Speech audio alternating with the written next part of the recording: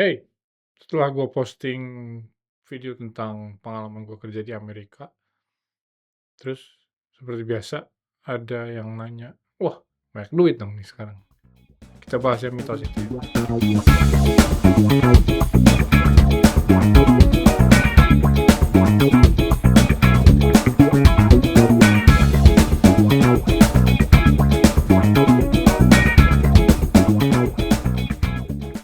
Beberapa pertanyaan itu sering banget sih. Jadi sebenarnya nggak heran, tapi sayang kalau misalnya nggak dibahas gitu karena kebayangnya, oh, ke luar negeri gitu. Terus, oh, ini orang pasti kaya gitu. Oh, ini orang banyak duit gitu. Selalu orang mengasosiasikannya begitu gitu. Jadi, oh, ke luar negeri banyak duit. Kenapa? Karena sering orang ke luar negeri itu di luar negerinya dia nggak ngapa-ngapain, maksudnya dia kerja terus ya udah pulang ke rumah gitu ya, keluar cuma jembatan atau cuma pergi ke gereja, sisanya diam di rumah gitu atau di kosan. Nah, itu kosannya juga lu nggak tahu kan kayak apa gitu.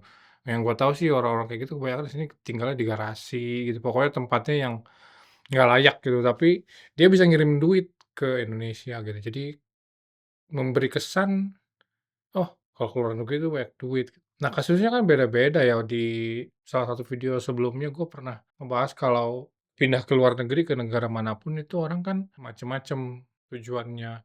Jadi nggak semuanya pergi ke luar negeri terus mau kerja, terus mau ngirim duit ke kampung halaman gitu, nggak semua gitu. Kayak gue nggak melakukan itu, gue pengen anak gue sekolah di sini, terus pengen pengen dia menetap di sini gitu loh.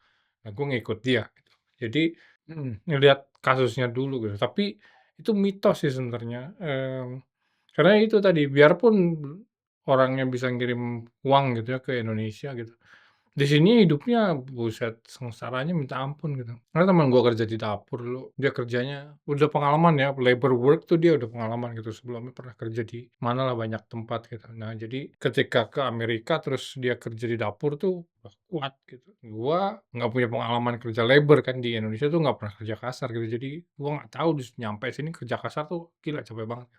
Satu hari gue pernah nanya ke dia, "Itu orang-orang di kampung tahu nggak sih lu kerjanya kayak anjing di sini?" Gitu ya, maksudnya kerjanya capek banget gitu, nggak ada kegiatan lain selain kerja gitu. "Mereka tahu nggak sih?" Gue kan nanya gitu.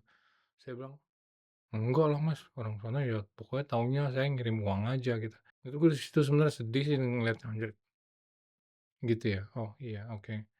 Iya karena kenyataannya beda banget yang ada di sini dan yang di bayangan di benak orang-orang gitu. Bukan berarti nggak punya duit dan sengsara, karena definisinya orang sengsara, orang kaya tuh di sini buat gue yang datang dari Indonesia, itu beda. Oke, gue mending gue bahas satu persatu ya.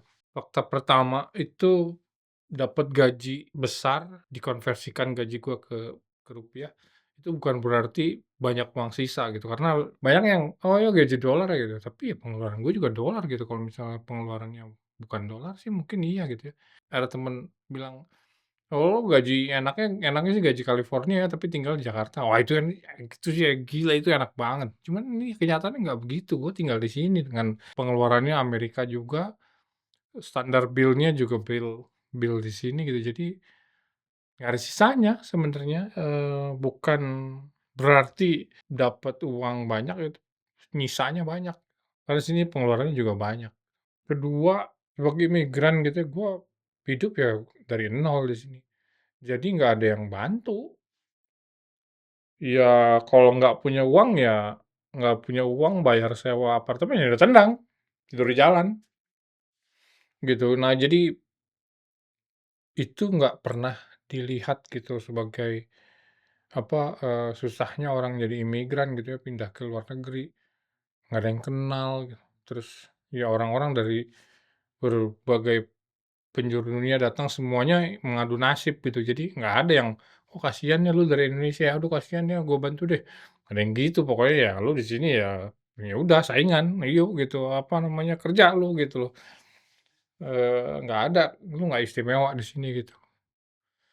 Jadi dari nol, kecuali gue orang kaya gitu ya, anak orang kaya maksudnya, gue bisa disekolahin sama orang tua gue gitu, ke sini tuh dari sini gue langsung udah dapet bachelor degree atau master's degree, atau gelar spesialis, gue bisa langsung kerja gitu dan itu biasanya langsung dapat gajinya tinggi gitu. Ini kan enggak, gue kan kerja dari gudang, gue dari sales di supermarket gitu yang, hanya cukup untuk bayar sewa. Gue pertama tinggal di sini tuh satu kamar gue tinggal bertiga sama istri gue, sama anak gue. Jadi kecil kamarnya, segede studio gue ini sekarang gitu, kecil banget gitu. Karena uang kita hanya cukup untuk bayar itu gitu, kebayanglah kerja di gudang, istri gue kerja di restoran gitu, jadi ya cukupin cuma segitu gitu. Nah, tapi fakta ketiga, kualitas hidup gue naik. Jadi, ya bayarnya juga mahal ya, jadi, akses sebenarnya yang gue dapetnya di sini, yang membuat dan gue merasa bahwa kualitas hidup gue meningkat gitu. Jadi misalnya, akses gua ke udara bersih, akses gua ke pendidikan anak gua, karena gua tinggal di California dengan gua bayar pajak yang sangat tinggi gitu ya, tapi anak gua bisa dapet kuliah di University of California gitu, itu kan sekolah negeri yang paling top di sistem sekolah negeri yang paling top di seluruh Amerika gitu. Nah, di situ tuh ada kampus kayak UCLA, ada UC Berkeley gitu, terus yang sekarang lagi naik daun tuh tempatnya anak gue, UC San Diego. Untuk non Californian aja gitu ya, untuk orang Amerika yang tinggal dari state lain itu bayar bisa sampai 80.000. Itu hampir sama dengan mahasiswa internasional, 80.000 men, US dollar per tahun. Berapa itu? 1 M sekian. Sebagai Californian kita dapat hampir gratis gitu nyekolahin anak gue cuma bayar dorm dan bayar makan. Jadi sekolahnya gratis total gitu. Library, tuition fee itu semuanya dibayarin sama kampus. Nah, setengahnya dibayarin oleh state gitu. Jadi akses itu yang tuh, itu mahal banget sih, nggak bisa diukur pakai duit ya, karena, ya kalau mau harus berduit untuk bayar itu, lu harus kerja apa gitu, gila mahal banget kan. Faktor berikutnya adalah kampus negeri di California ya, itu bisa bersaing dengan, universitas-universitas top, nggak hanya dari Amerika tapi juga dari UK, dari negara-negara yang secara tradisional punya kampus yang masuk ranking top gitu loh di global gitu. Jadi dari Amerika tuh yang negeri aja bisa masuk gitu loh, ya salah satunya ya sistem University of California ini gitu loh, dan itu, gua nggak mungkin sanggup, sekali lagi gua nggak mungkin sanggup sih bayar kalau misalnya gua nggak tinggal di sini gitu.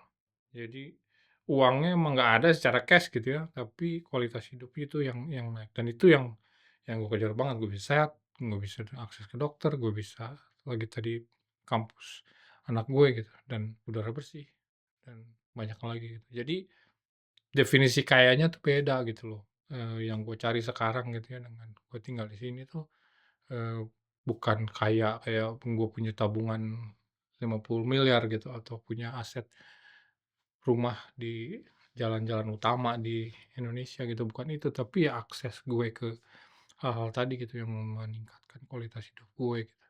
Gitu, jadi mitos orang ke luar negeri banyak uang itu tergantung ya, tergantung, eee, yang lu lihat gitu loh. Jadi kalau memang dia ngirim duit ke Indonesia, ya udah jelas penghasilannya itu dikonversi ke rupiah gitu kan, penghasilan dia dolar dikonversinya ke rupiah, ya kelihatannya gede.